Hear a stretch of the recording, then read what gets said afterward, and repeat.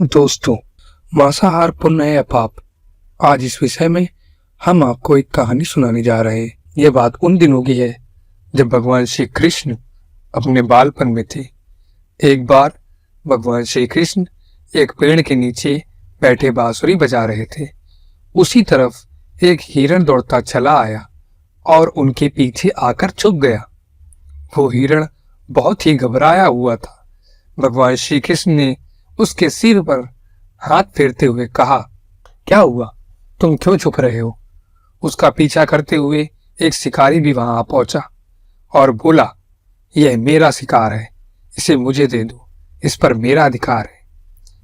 तब भगवान श्री कृष्ण बोले, हर जीवित जीव पर उसका खुद का अधिकार होता है, ना कि किसी और का। तब वह शिकारी क्रोध में बोला, यह मेरा शिकार है, इसे मैं पकाकर खाऊंगा। तब भगवान श्री कृष्ण बोले, किसी भी जीव को मारकर खाना पाप की श्रेणी में आता है।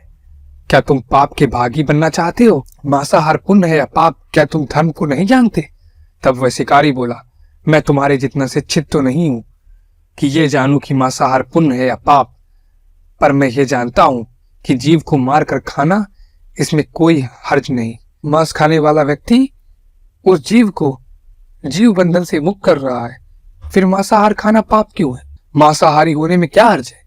वैसे भी इसको मारकर इससे नीच योनि से मुक्ति दिलाकर पुण्य ही कर रहा हूं, फिर इस पर पाबंदी क्यों? इसे तो प्रोत्साहित करना चाहिए। जहां तक मैंने सुना है, जीव हत्या तो शास्त्र में भी बताया गया है। राजा लोग शिकार किया करते थे। ऐसे तमाम तर्क देते हुए उसने श्री कृष्ण से पूछा कि फिर क्यों है मांसाहार गलत और ये पाप की श्रेणी में क्यों आता है? आप ही बताइए, मांसाहार पुण्य या पाप? भगवान श्री कृष्ण की समझ में आ गया कि इसकी बुद्धि मांस खाने के कारण तामसिक हो गई है और उसने सोचना और समझने की बुद्धि भी खो दी है। फिर भगवान श्री कृष्ण बोले, इस अंतहीन विषय पर पहले मैं कोई राय नहीं दूंगा। मेरी इस छोटी सी कथा सुनने के बाद तुम ही उत्तर देना कि मांसाहार खाना पुण्य है या पाप, और तुम्हें मांस खाना है या नहीं। वह शिकारी सोचने लगा कि इसमें मेरा कोई काटा नहीं है, इस कथा को मैं सुन ही लेता हूँ, मेरा मनोरंजन ही हो जाएगा, बाद में मुझे इसका मांस भी मिल जाएगा। तो भगवान श्री कृष्ण ने अपनी कथा आरंभ की। एक बार मगध में खाद्य संकट खड़ा हो गया तो अन्न का उत्पादन कम रहा। राजा को चिंता हुई कि यदि इस समस्या का शीघ्र समाधान नहीं किया गया तो बचा हुआ अनाज कोष भी खत्म हो जाएगा और संकट भीषण हो जाएगा। तो सम्राट ने अपनी राज्यसभा से पूछा, देश की खास समस्या को सुलझाने के लिए सबसे सस्ती वस्तु क्या है? मंत्रीगण सोच में पड़ गए। चावल, गेहूं, आलू इत्यादि पदार्थों को उगाने के लिए बहुत श्रम करना पड़ता है। वह तभी प्राप्त होते हैं जब प्रकृति का प्रकोप न हो। ऐसे में तो कुछ सस्ता हो ही नहीं सकता। तब शिकार का शौक रखने वाला एक मंत्री ने सोचा कि यही उत्तम अवसर है, क्यों ना अंधाधुंध शिकार के लिए राजा की अनुमति ले ली जाए। उसने सभा में कहा कि सबसे सस्ता खाद्य पदार्थ है मांस। इसके लिए धन का खर्च भी नहीं है और पौष्टिक खाना भी मिलता है। सभी सामंतों ने इस बात का समर्थन कर दिया, लेकिन मगध के प्रधानमंत्री अभी भी चुप थे। सम्राट ने पूछा, प्रधानमंत्री, आप चुप क्यों हैं? आपने कोई अनुमोदन क्यों नहीं किया? आपका क्या मत है? प्रधानमंत्री ने कहा, मैं ये नहीं मानता हूँ कि यह कथन सही है कि मांस सबसे सस्ता पदार्थ है। फिर भी इस विषय पर मैं अपने विचार आपके सामने कल रखूंगा। प्रधानमंत्री उसी रात मांसाहार का प्रस्ताव रखने वाले सामंत के घर पहुंचे। सामंत ने इतनी देर रात प्रधानमंत्री को अपने घर आया देखा तो वह घबरा गया। प्रधानमंत्री ने कहा, संध्या को महाराज बीमार हो गए, उनकी हालत बहुत ही खराब है।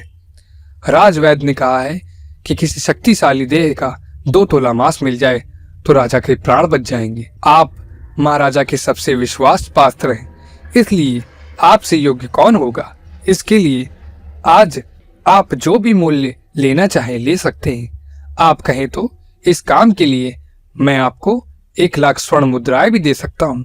एक बड़ी जागीर भी आप मांग सकते हैं। बस आप अपनी इच्छा कहें, मैं कटार से आपके हृदय को चीर कर बस 2 तोला मांस निकाल लूंगा।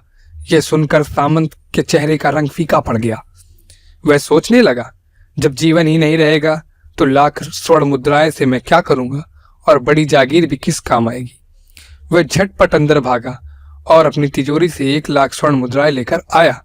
मुद्राएं देकर उसने प्रधानमंत्री के पैर पकड़ लिए और गिड़गिड़ाते हुए बोला, श्रीमंत, मैं आपकी 1,00,000 मुद्राओं में अपनी 1,00,000 मुद्राएं और मिलाता हूँ। इस पैसे से आप किसी और सामंत के हृदय का मांस खरीद ले, किंतु मुझे जाने दे, यह बात किसी और को पता न चले, मैं आपसे आग्रह करता हूँ। प्रधानमंत्री जी ये सब समझ चुके थे। वह उसे थोड़ी और मानसिक पीड़ा देना चाहते थे। प्रधानमंत्री ने आगे कहा, सामंत, आप शरीर में बलिष्ठ हैं।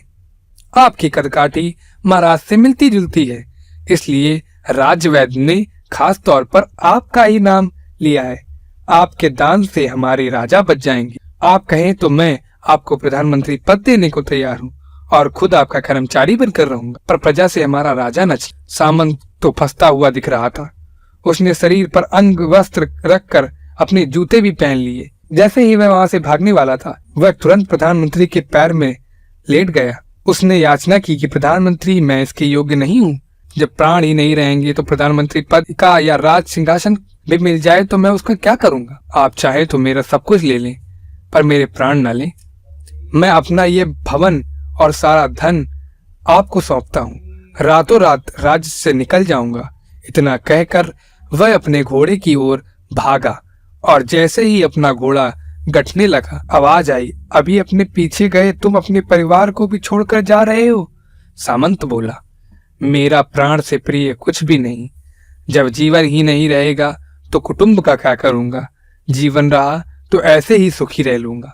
इतना कहकर घोड़े पर छलांग लगाकर बैठ भी गया। वह अभी चलने को ही था कि प्रधानमंत्री ने घोड़े की साख पकड़ ली। वह सामंत से बोले, भागने की जरूरत नहीं है, आप आराम से घर पर ही रहो, मैं किसी और का प्रयास करता हूँ। यह कहकर प्रधानमंत्री वहां से चले गए। प्रधानमंत्री के वहां से जाने पर सामंत के अंदर कुछ जान तो आई, परंतु बेचैनी बनी रही। उसकी नींद खराब हो चुकी थी। मुद्राएं लेकर प्रधानमंत्री बारी बारी से सभी सामंतों के घर पहुंचे और सभी से राजा के लिए हृदय का 2 तोला मांस मांगा, परंतु कोई भी राजी ना हुआ। सबने अपने अपने बचाव के लिए प्रधानमंत्री को 1,00,000, 2,00,000, 5,00,000 मुद्राएं दे दी। इस प्रकार प्रधानमंत्री ने एक ही रात में करोड़ों स्वर्ण मुद्राएं जमा कर ली। फिर सुबह होने से पहले ही वह अपने महल पहुंच गए। अगले ही दिन राजसभा में सभी सामंत समय से पहले ही पहुंच गए। सभी ये जानना चाहते थे कि राजा स्वस्थ हैं, लेकिन कोई भी किसी से भेद नहीं खोल रहा था। सबको राजवैद्य की तलाश थी, उनसे ही कुछ सूचना मिल सकती थी। प्रधानमंत्री ने सैनिक को आज्ञा दे रखी थी कि जब तक महाराज राजसभा में न आए, किसी भी सामंत को महल से बाहर जाने की आज्ञा नहीं है। राजा सभा में अपनी चिर परिचित गति से अपने सिंहासन पर आकर बैठे। सभी सामंतों ने देखा, कहीं से भी राजा उन्हें अस्वस्थ नहीं लगे। उन्हें तो कुछ हुआ ही नहीं था। प्रधानमंत्री ने उनसे झूठ बोला। हर सामंत के मन में यही विचार चल रहा था, पर कोई भी किसी को कुछ भी बता नहीं रहा था। तभी प्रधानमंत्री ने राजा के समक्ष 1 करोड़ स्वर्ण मुद्राएं रख दी। राजा ने पूछा, ये स्वर्ण मुद्राएं किसके लिए हैं और कहां से आई हैं?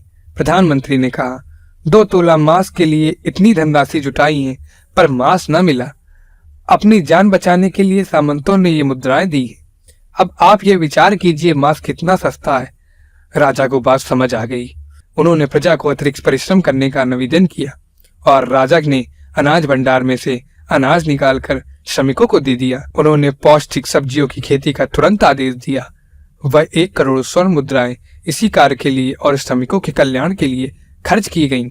ऐसे साग सब्जी तेजी से उगी, जिससे प्रजा का कल्याण भी हुआ और पौष्टिकता भी मिली। कुछ समय बाद मौसम अनुकूल हुआ और खेती लहलाने लगी। इस प्रकार राज्य में खास संकट दूर हुआ। तो मित्रों, जीवन का ये मूल्य भगवान श्री कृष्ण हमें इस कथा के जरिए समझाना चाहते हैं कि हम ये ना भूलें कि जिस तरह हमें अपनी जान प्यारी है, उसी तरह सभी जीवों को अपनी जान प्यारी होती है। अपने दिल से जानिए पराये दिल का हाल।